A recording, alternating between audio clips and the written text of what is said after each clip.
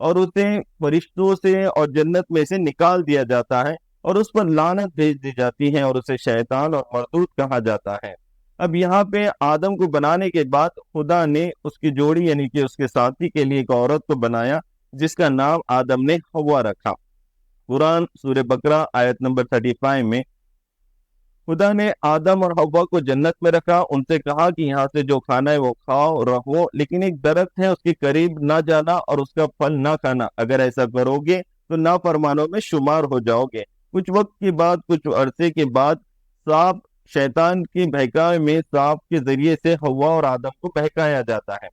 حوا کو کہا جاتا ہے کہ تو اگر اس پھل کو کھا لے گی تو فرشتوں میں شمار ہو جائے گی اور ہمیشہ ہمیشہ جنت میں رہے گی اور کبھی آدم سے جدا نہ ہوگی۔ اس کے بہکاوے میں آ کے حوا اس پھل کو کھا لیتی ہے اور آدم کو بھی کھلا دیتی ہے۔ جیسے ہی وہ پھل کھا لیتے ہیں تو ان کے جسم سے جنت کے لباس کپڑے نکل جاتے ہیں اور وہ خدا سے معافی طلب کرتے ہیں۔ پھر خدا کہتا ہے کہ کیا ہم نے تمہیں اس چیز سے منع نہیں کیا تھا؟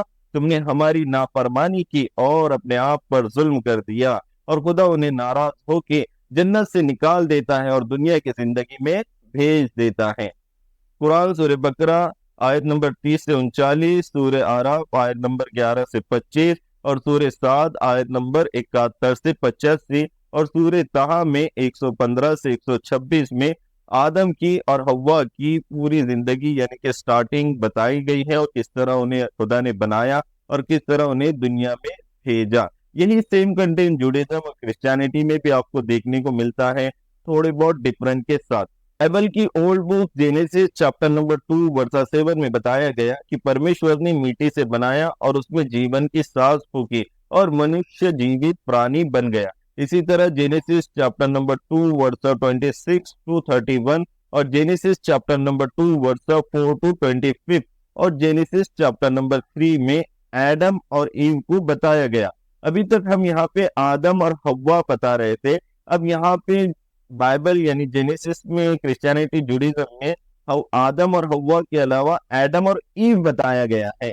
پرمیشور نے ایڈم کو گارڈن آف ایڈن میں پلیس دی، وہاں 2 ٹری تھے، ٹری آف لائف اور دوسرے ٹری کا نام تھا tree of knowledge of good and evil. Adam سے کہا گارڈن آف ایڈن میں جو کھانا ہے وہ کھاؤ رہو، لیکن اس دوسرے ٹری کے پاس مت جانا اور اس کا پھل مت کھانا۔ کچھ ٹائم کے بعد ایڈم لونلی فیل کرنے لگے۔ گاڈ نے ایڈم کے ہیلپر کے بنانے کے لیے سوچا اور زمین سے جانور اور پرندوں کو بنایا، لیکن کوئی بھی ایڈم کا سوٹیبل ہیلپر نہیں تھا۔ پھر گاڈ نے ایڈم کی چیسٹ کی ہڈی سے ہی ایک عورت کو بنایا، اسے دیکھ کر ایڈم خوش ہوئے اور اس کا نام ایو رکھا۔ ایو کو ایوا بھی بلایا جاتا ہے جس کا میننگ لائف ہوتا ہے۔ یہ دونوں گارڈن آف ایڈن میں رہنے لگے۔ ایک دن سانپ آ کر ایو کو بہکاتا ہے کہ اس ٹری کے پھل کو کھا لے، ایسا کرے گی تو پرمیشور بن جائیں گے اور کبھی ایڈم سے دور نہیں ہوگی۔ ایو اس کے بہکاوے میں آ کر پھل کھا لیتی ہے اور ایڈم کو بھی کھلا دیتی ہے۔ گاڈ ناراض ہو جاتا ہے اور انہیں گارڈن آف ایڈن سے نکال دیتا ہے اور زمین پر بھیج دیتا ہے، اور انہیں قرض ملتا ہے کہ سانپ زندگی بھر زمین پر کرول کرتا رہے گا اور دھول مٹی کھاتا رہے گا۔ ایڈم کو کہا جاتا ہے کہ اسے جیون جینے کے لیے زندگی بھر محنت اور کشٹ اٹھانا ہوگا، اور ایو کو کہا جاتا ہے کہ اسے بچے پیدا کرنے ہوگے اور بچے پیدا کرتے سمے کافی لیبر پین اٹھانا ہوگا۔ یہ تھی دنیا کے پہلے انسان، فرسٹ مین اور فرسٹ وومن کی سٹارٹنگ زندگی کی، کس طرح انہیں گاڈ نے، خدا نے، پرمیشور نے بنایا اور کس طرح ان کو دنیا میں بھیجا۔ اب یہی آپ کو کچھ ریفرنس ملتے ہیں۔ ہالی ووڈ کی ایک مووی ہے، نوونگ مووی ہے 2009 کی، جس میں اینڈ میں ایڈم اور ایو کو درشایا گیا ہے۔ کہانی میں آگے بڑھتے ہیں کہ آدم اور حوا یعنی ایڈم اور ایو دنیا میں آنے کے بعد انسانوں کی ابتدا کیسے ہوئی، انسانوں کی تعداد آگے کیسے بڑھی، اور انسانوں نے ایک خدا کو چھوڑ کے اپنا دوسرا آئیڈل کیسے بنایا۔ خدا نے آدم کو پہلے ہی کہا تھا کہ شیطان اس کا کھلا دشمن ہے۔ اسلام کے مطابق قرآن کے بعد حدیث کو فالو کیا جاتا ہے، تو روایتوں کے مطابق حوا علیہ السلام یعنی ایو کے بدن سے ایک لڑکا اور ایک لڑکی پیدا ہوتے تھے، جس کا نکاح دوسرے وقت پیدا ہونے والے لڑکا اور لڑکی کے ساتھ کرا دیا جاتا تھا۔ حابیل اور قابیل یہ آدم کے تو بیٹے تھے۔ آدم نے قابل کا نکاح غادہ کے ساتھ کرنا چاہا جو حابل کے ساتھ پیدا ہوئی تھی، لیکن قابل اس پر راضی نہ تھا کیونکہ اسے شادی کرنی تھی اکلیمہ کے ساتھ جو اسی کے ساتھ پیدا ہوئی تھی۔ لیکن آدم نے اسے کافی سمجھایا اور وہ اپنی بات پر ہی اڑا رہا۔ پھر آدم نے دونوں بیٹوں کو کہا کہ اپنی قربانی خدا کے سامنے پیش کرو، جس کی قربانی قبول ہوگی وہ اکلیمہ کے ساتھ نکاح کرنے کا حقدار ہوگا۔ اس وقت قربانی کا دستور یہ تھا کہ اونچی بڑی پہاڑوں کی چوٹی پر اپنی قربانی رکھ دی جاتی اور آسمان سے آگ آ کر انہیں کھا جاتی۔ قابل کھیتی باڑی کرتا تھا اور حابل جانوروں کا چروا تھا، یعنی جانور پالتا تھا۔ قابل نے گندم کی بیلیاں رکھی اور حابل نے ایک خوبصورت موٹا تازہ مینڈا رکھا اور دعا کی، یا الہی ہماری قربانی قبول فرما۔ آسمان سے آگ آتی ہے اور حابل کی قربانی قبول کر لیتی ہے۔ حابل کی قربانی قبول ہوتے ہی قابل کو غصہ آتا ہے اور حابل کے لیے نفرت پیدا ہوتی ہے۔ حابل کہتا ہے کہ خدا حق اور پرہیزگاروں اور فرما برداروں کے حق میں فیصلہ کرتا ہے۔ ایک دن آدم کسی کام کی وجہ سے دور جاتے ہیں اور شیطان قابل کو بہکاتا ہے جب حابل سو رہا ہوتا ہے۔ شیطان کے بہکاوے میں آ کر قابل حابل کے سر میں پتھر ڈال دیتا ہے اور حابل مر جاتا ہے۔ حابل کے مرتے ہی قابل پریشان ہو جاتا ہے اور اپنے ہی بھائی کی لاش لے کر چھپاتے رہتا ہے۔ اس وقت دنیا میں کوئی مرا ہی نہیں تھا۔ دنیا میں سب سے پہلا قتل اور موت حابل کا ہوا تھا، تو قابل کو پتہ ہی نہیں تھا کہ مرنے کے بعد لاش کا کیا کرنا ہے۔ خدا کے حکم سے دو کوے آتے ہیں اور آپس میں لڑائی کرتے ہیں۔ ان میں سے ایک کوا مر جاتا ہے اور دوسرا کوا اپنے پیروں سے اور چونچ سے زمین میں گڑا کرتا ہے، دوسرے کوے کو دفن کر دیتا ہے۔ یہ دیکھ کر قابل کہتا ہے، کیا میں پرندوں سے جانوروں سے بھی نہ کرا ہوں؟ یہ میں نے پہلے کیوں نہیں سوچا؟ اور وہ اسی طرح کر کے حابل کو زمین میں گاڑ دیتا ہے۔ اور کچھ دن گزرنے کے بعد آدم جب لوٹ کے واپس آتے ہیں تو حابل کا کچھ پتہ نہیں ہوتا۔ وہ ہر جگہ ڈھونڈنے لگتے ہیں، سب سے پوچھنے لگتے ہیں۔ کسی نے کہا کہ حابل کافی دنوں سے دکھا نہیں، اور کافی جگہ تلاش کرنے کے بعد کافی پریشان ہو گئے۔ پھر ایک دن خواب میں حابل کو دیکھا اور نیند سے اٹھ کر رونے لگے۔ پھر خدا کے حکم سے جبرائیل نام کا فرشتہ آتا ہے اور آدم اور حوا کو حابل کی قبر پہ لے کر جاتا ہے، اور آدم جب قبر کھود کر دیکھتے ہیں کہ ان کا بیٹا خون سے بھرا ہوتا ہے، اس سے وہاں سے نکال کر ایک تابوت میں ڈال کر اپنے ہی گھر میں آدم اسے دفن کر دیتے ہیں۔ اور پھر شیطان قابل کے پاس دوبارہ آتا ہے اور بہکاتا ہے کہ حابل کی قربانی اس لیے قبول ہوئی تھی کیونکہ وہ آگ کی پوجا کرتا تھا، لہذا تو بھی آگ کی پوجا کر۔ اور قابل آگ کی پوجا کرنے لگا۔ روایتوں کے مطابق دنیا میں یہی وہ پہلا انسان تھا جس نے خدا کی ذات میں شرک کیا اور نافرمانی کی اور زمین پر خون ناحق کیا، اور یہی دنیا میں پہلا مجرم بنا، اور دنیا میں آدم اور خدا کے خلاف شیطان کا پہلا کام پورا ہوا۔ قرآن سورہ المائدہ آیت نمبر 27 سے 32 حابل اور قابل کو ریفر کیا گیا، اور روایتوں کے مطابق حدیث میں پوری سٹوری بتائی گئی۔ اور کہانی میں آگے بڑھتے ہیں کہ سیم کنٹینٹ جوڈیزم کرسچینٹی میں بھی ہے۔ جینیسس چیپٹر نمبر 4 میں یہاں قابل کا نام کین اور حابل کا نام حابل ہی ریفر کیا گیا ہے۔ اور وقت میں آگے بڑھنے کے ساتھ دنیا میں ظلم اور گناہ بڑھتے گئے اور خدا کی نافرمانی کرنے لگے، اور قابل کے ساتھ رہنے والے اور اس کی اولاد آگ اور طرح طرح کی چیزوں کی پوجا کرنے لگے، آپس میں خون ریزی کرنے لگے اور کمزوروں پر ظلم ہونے لگا، اور خدا کی ذات میں نافرمانی اور خدا کی ذات میں شرک کرنے۔ خدا نے اپنے ہر وقت میں آدم کے بعد ہر پروفیٹ، یعنی کہ ہر وقت میں ہر نبی اور ہر پروفیٹ کو بھیجا، یعنی کہ لوگوں کو سمجھانے کے لیے اور اپنی طرف بلانے کے لیے خدا نے ہر وقت میں پروفیٹ کو بھیجا ہے۔ پھر ایک پروفیٹ ہے نوح علیہ السلام، جس کی پوری سٹوری قرآن میں ریفر کی گئی ہے۔ سورہ نمبر، سورہ نوح 71، سورہ آراف، سورہ صاد، سورہ ہود، سورہ 11، سورہ المؤمنین، سورہ 23۔ لیکن سورہ نوح میں نوح علیہ السلام کی پوری زندگی کو بتایا گیا ہے۔ پروفیٹ نوح لوگوں کو ایک خدا کے ہونے کی طرف بلاتے ہیں، خدا کی نافرمانی سے روکتے ہیں، لیکن وہ قوم نوح کی کوئی بات نہیں سنتی۔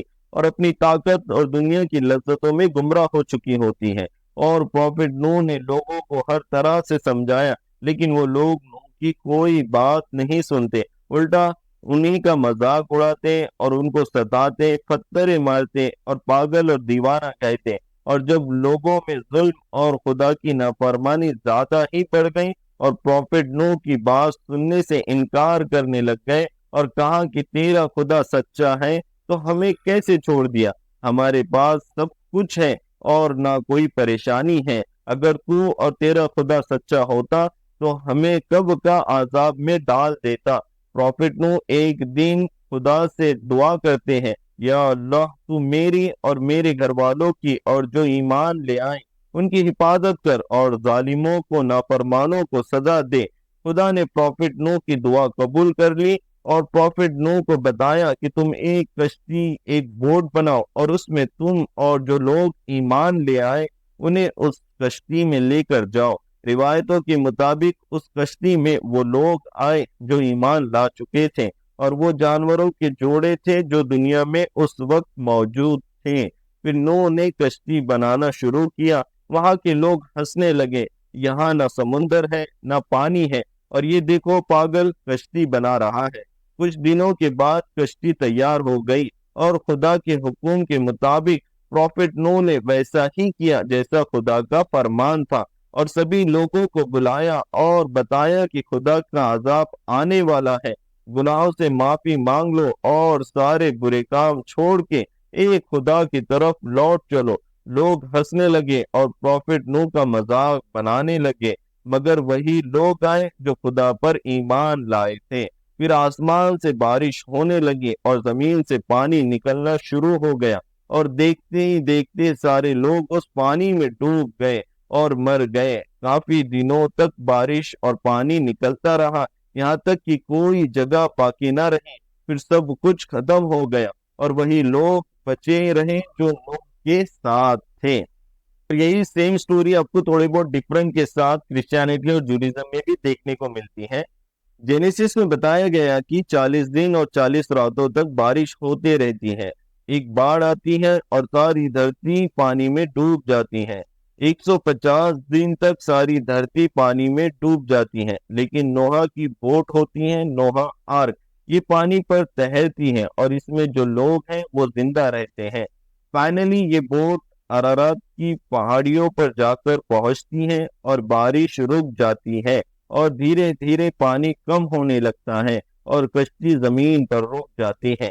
فائنلی لوگ اس سے باہر آتے ہیں اور لائف کو جینے کا ایک نیو موقع انہیں ملتا ہے، اور اس کو کافی ہالی ووڈ کی مووی میں بھی ریفر کیا گیا ہے۔ ایک مووی ہے 2012 جو آپ نے دیکھی ہوگی، جس میں ساری دنیا پانی میں ڈوب جاتی ہے اور دو ناؤ، کچھ لوگ ہوتے ہیں جو ناؤ میں رہتے ہیں اور وہی لوگ بچ جاتے ہیں۔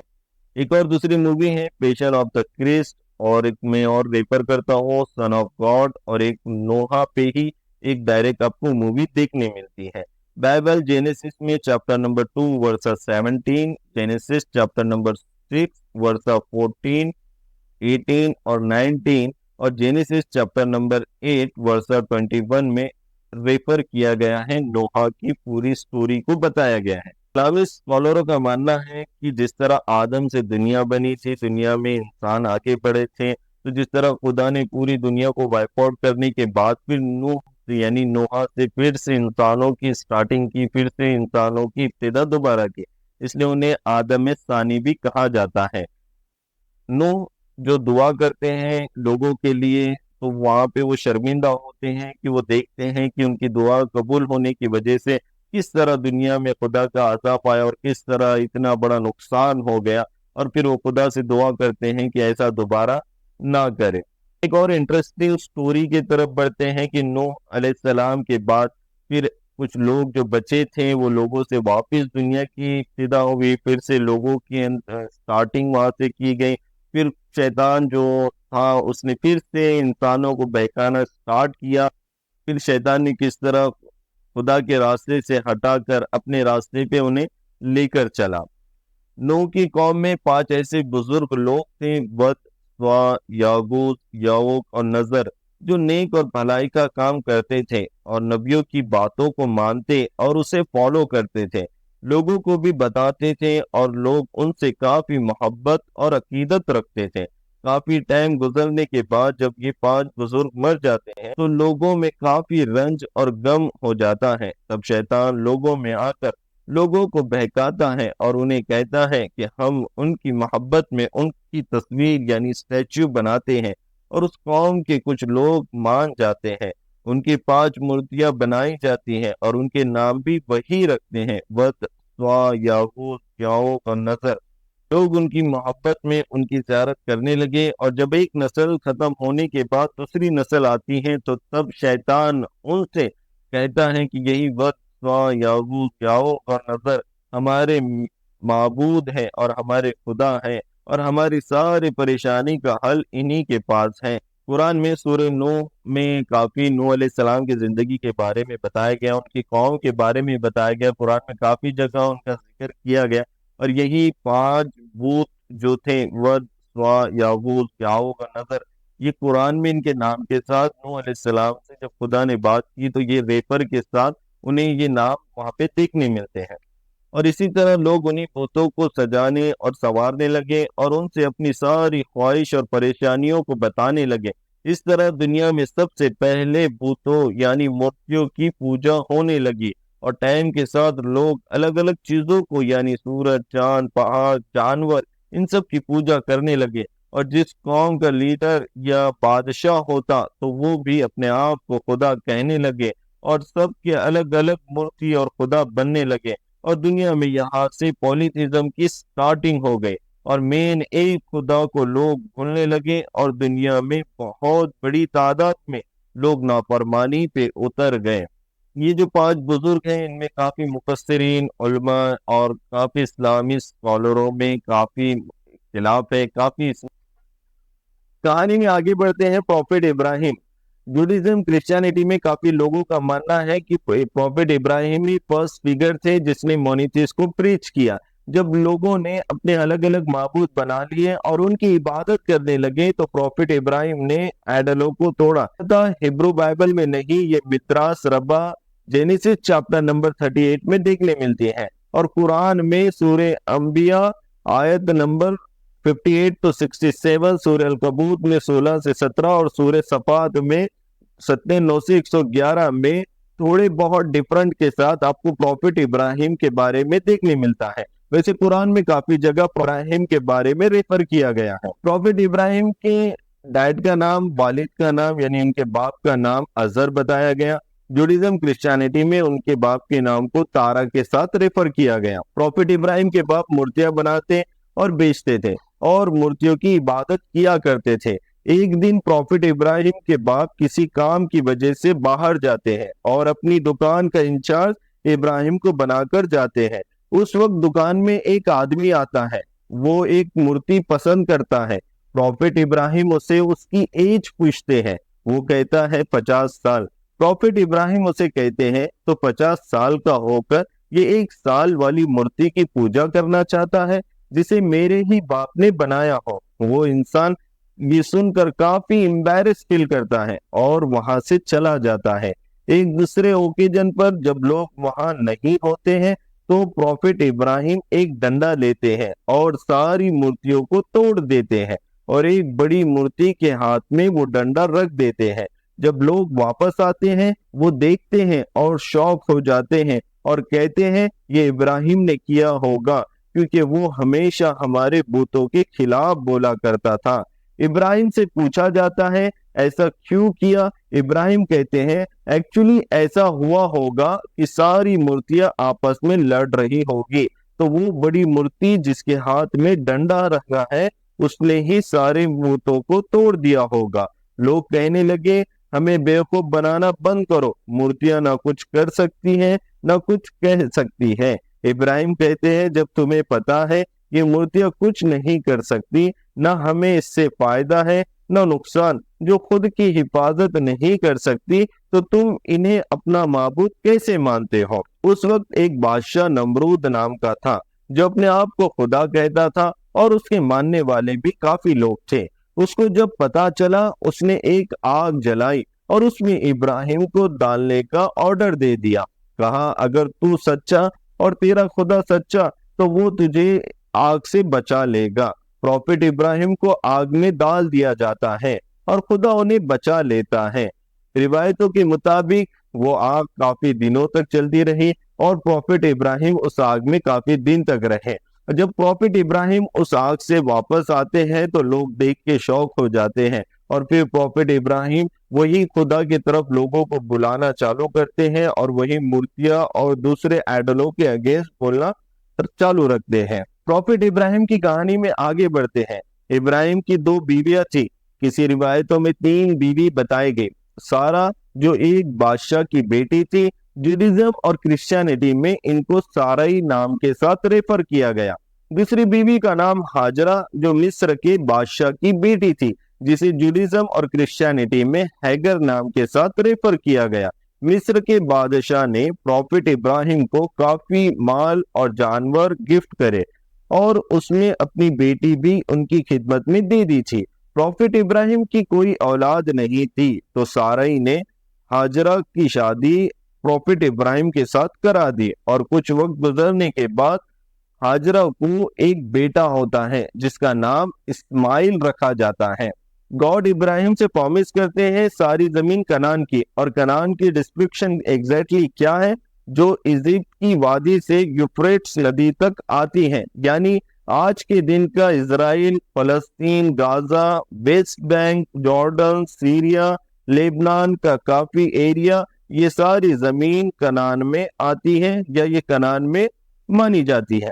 ہسٹری کا اس کا کیا کنیکشن ہے؟ جب فلسطین میں زینش موومنٹ کی شروعات ہوئی تو زینش لوگوں نے کہا یہ خدا نے جو وعدہ کیا تھا زمین کا جیوز کے لیے کری تھی. جب جیوز لوگوں کو ستایا اور مارا جا رہا تھا یوروپ سے، تب وہ موو ہوئے یہاں سال 1900 میں. پھر خدا کے حکم سے سارا کو ایک بیٹا ہوتا ہے جس کا نام اسحاق رکھا جاتا ہے، جسے جوڈیزم اور کرسچینٹی میں آئزیک نام کے ساتھ ریفر کیا گیا. یہودی اور کرسچینٹی کہتے ہیں وہ ڈیسینڈنٹ ہے آئزیک کے یعنی اسحاق کے، اور مسلم کا ماننا ہے وہ ڈیسینڈنٹ ہے اسماعیل کے. یہی ایک پوائنٹ ہے جہاں ابراہیم ریلیجن الگ ہوتا ہے. آئزیک کا یعنی اسحاق کا ایک بیٹا تھا جسے اسلام میں پروفٹ بھی مانا جاتا ہے، یعنی پروفٹ یعقوب بھی کہا جاتا ہے. یعقوب جس کو جوڈیزم کرسچینٹی میں جوکیب کہا جاتا ہے اور جس کا بعد میں نام رینیم ہوا اسرائیل نام سے، یعنی جوکیب کے 12 بیٹے تھے، اس لیے جیوز مانتے ہیں اسرائیل یعنی جوکیب اینسیسٹر ہے اسرائیل کی 12 ٹرائبس کا. اسی لیے سارے جیوز مانتے ہیں وہ ڈیسینڈنٹ ہے آئزیک کے بیٹے جوکیب یعنی اسرائیل کے. اسی طرح کرسچینٹی میں سب سے زیادہ امپورٹنٹ جیزس کو مانا جاتا ہے اور وہ ڈیسینڈنٹ ہے آئزیک کے. اور آپ کو اسلام میں بھی یہی سٹوری دیکھنے ملتی ہے تھوڑے بہت ڈیفرنٹ کے ساتھ. ابراہیم کے بڑے بیٹے اسماعیل جس کے ساتھ ابراہیم نے مکہ میں کعبہ کی تعمیر کو کمپلیٹ کیا تھا، جس پر خدا نے ابراہیم سے کہا تھا کہ اسماعیل بھی ایک دن گریٹ نیشن بنے گا. یعنی کہ اسماعیل وہ تھے جس نے کعبہ کی تعمیر میں پروفٹ ابراہیم کا ساتھ دیا تھا، اور یہی پروفٹ اسماعیل اسلام کے نزدیک اسماعیل کو پروفٹ اسماعیل بھی مانا جاتا ہے. اور اسماعیل کی نسل میں آخری پروفٹ پیدا ہوئے، اور یہی یہودی اینڈ کرسچینٹی کا ماننا تھا کہ آخری نبی یعنی پروفٹ ان میں سے ہوگے، یعنی بنی اسرائیل میں سے پیدا ہوگے. آئزیک کے بعد جوکیب یعنی اسرائیل، اور انہی کے بعد کافی نبی پیدا ہوئے جو بنی اسرائیل میں سے ہی تھے. بنی اسرائیل میں آخری پروفٹ عیسیٰ ہوئے تھے یعنی جیزس. جتنے بھی پروفٹ نبی آتے تھے انہوں نے ہمیشہ قوم کو لوگوں کو آخری میں ایک میسج دیتے تھے کہ آخری پروفٹ آنے والے ہیں، یعنی آخری نبی آنے والے ہیں، اور ان کی بات کو ماننا ہے اور ان کی بات کو سننا ہے اور ان کی قانون اور شریعت کو فالو کرنا ہے. جیسا ہم نے پہلے 4 کتابوں کا ذکر کیا تھا کہ آسمانی 4 کتابیں ہیں اور یہ 4 پروفٹ پر آئی ہیں. پہلی کتاب موسیٰ جسے موسوس کہا جاتا ہے یہودی کرسچینٹی میں، جن میں کتاب آئی تھی تورات، اور یہی تورات تھی جس میں قانون تھا، شریعت تھی، جس میں انسانوں کو زندگی گزارنے کا ایک طریقہ تھا. جس کے بعد زبور آئی جو داؤد علیہ السلام یعنی کہ